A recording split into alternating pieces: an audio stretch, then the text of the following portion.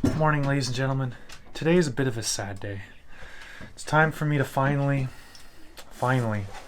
say goodbye to my precious pants. There's just not enough left of them, and as much as I think assless chaps are the coolest piece of clothing ever, I just don't think I particularly look great in them. I bought them in Idaho at a secondhand store, and I have ridden my motorcycle like 30,000 kilometers with these guys. I went to the Arctic Circle in them, and I built 6 months of boat on them. And as you can tell, they're mostly paint and epoxy these days. There's really not much pant left. So, being the minimalist I am, I only actually own one other pair of pants, and they've already got a hole in them. So we'll get as much as we can out of these guys, but oh man, I just don't own much clothes. Every once in a while I get some stuff sent to me, and that's pretty much the only clothing shopping I really get done. Speaking of sent to me, my mom just sent me this one. Storms don't scare me. That's a rich statement from somebody who's been on Anchor their whole time. But hey, you know, they don't scare me. Thanks, Mom. Alright, let's get today started.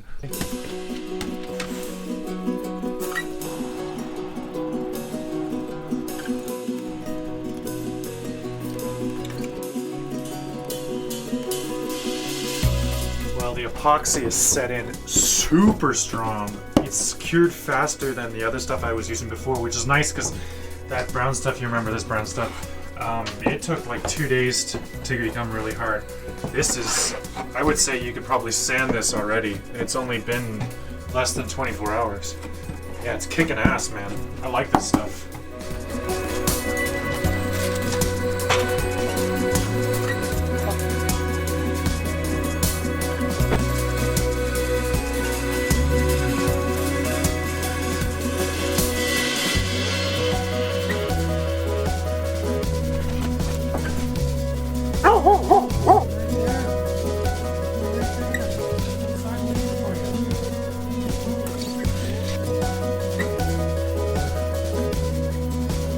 So these are the two beams. They're 4x8 Douglas fir, 20-foot long pieces that I ordered recently to replace the two forward beams. Now you remember I removed one of them that was rotten, and Vern had already removed the forwardmost one and replaced it with three 2x12s that are kind of just punched together. But these are the new ones, nice and clean and really quite heavy, but they're the main structural beams of the boat. And hardly any knots, yeah, they're really clear. We're going to do some sanding on them and some sealing coming up. So that is the first task of the day.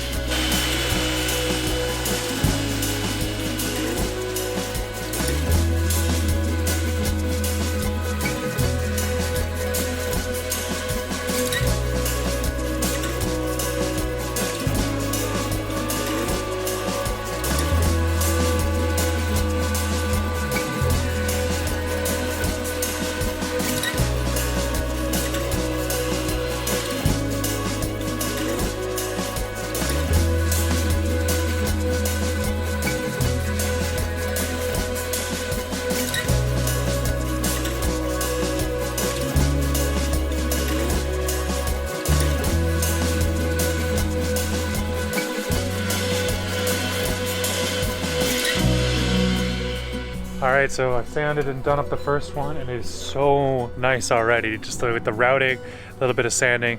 And I think we're going to do like a C-tall. I'm going to try and find something that can bring out the wood grain, which is nice to see, because it's on one of the, you know, we're going to have a few beams across the boat, but not very many of them are going to be grainable. I can actually see real wood, you know. So I'm going to try and I think get a C-tall, and I think I'm going to try and match the stain to one of the paint colors that I already have just selected for the boat. So spoiler alert, I have bought some paint, haven't shown it to you guys yet. We'll go over that soon. But yeah, man, it's already like really nice, and it's still like not perfectly smooth, but it's great because the paint will, or whatever I used to seal it, will soak into it really nicely, and we'll get a really good weatherproof seal on it. So, one done, one more to go.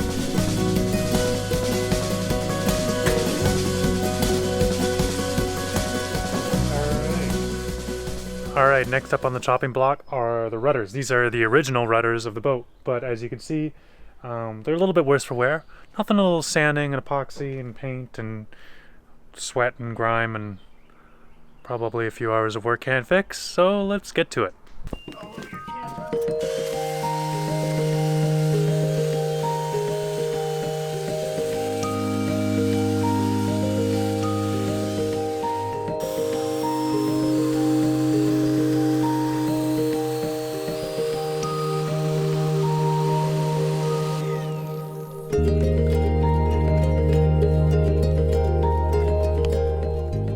Alright, so I got one of them sanded and the other one's not so much, but we're missing a bolt on it.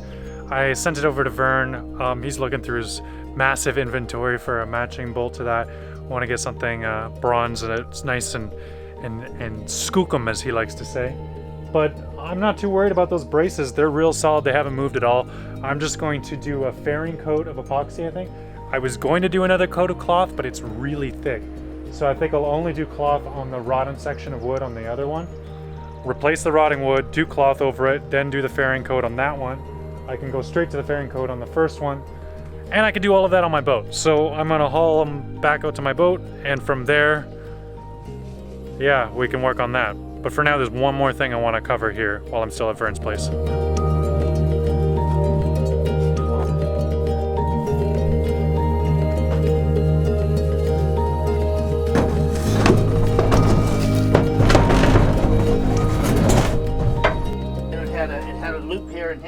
Okay. So you could pull it up out of the water. Yeah. And then you get. But they swung in sideways, like no, because there's the pivots right there, so they swang back. Oh, up this way. Sideways. Yeah. That's right. Yeah.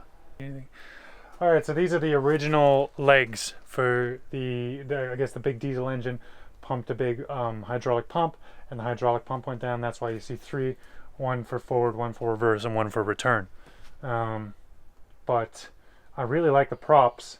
And a lot of the pump hardware is really nice. So I've been toying around with the idea of, instead of using an outboard motor, which has its own upsides and downsides, instead making essentially a giant trolling motor. And if I have metal on metal contact on that outrunner electric motor, then I can cool it right through the water running past it. Now the issue there is you want to make sure it's completely watertight, because if water leaks in there, it's frying the motor right away. Now, I mean, a lot of trolling motors manage to do this all day long, so maybe I can too. On the other hand, if I do it as an outboard, I can put the electric motor much higher and out of the water, but then we're going to have a lot of airflow through it, and salt air is probably still going to affect it in the long run anyways. But I also have to do a lot of cooling, so a lot of air, forced air cooling. So it's a bit of a downside, bit of an upside, and the reason I kind of looked at this is because this one already has the props, and it already is going to be a lot lighter and even smaller than the outboard setup, while still carrying an even bigger prop, which is exciting.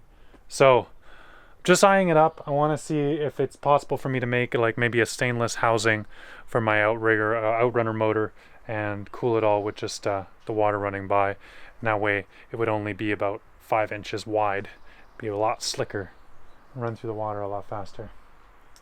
Something to think about.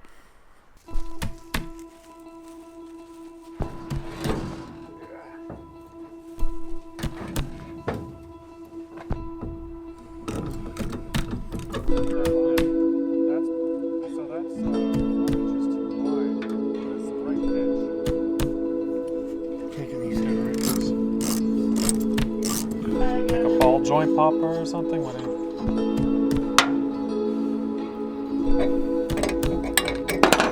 Not regular stainless is stupid, you know. 80s or whatever, what stainless steel bars cost, you know.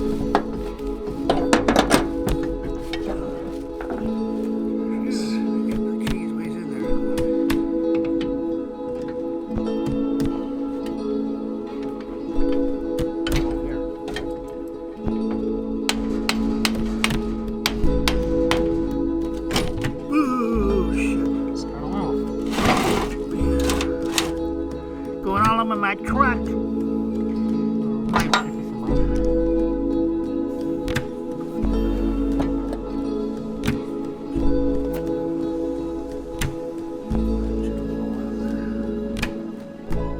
well, it's been a productive day and I feel really good about it. I'm gonna crash tonight and think a bit more about the outboard, what I'm actually gonna do. I don't know. I keep going back and forth. I've got a lot of options, a lot of things I'd like to do, but we'll just see. Tomorrow's episode's gonna be dope. I know a lot of you guys are wondering where she is, and Melly will be back in tomorrow's episode, all going well. So look forward to that, and I look forward to it big time too. So good night.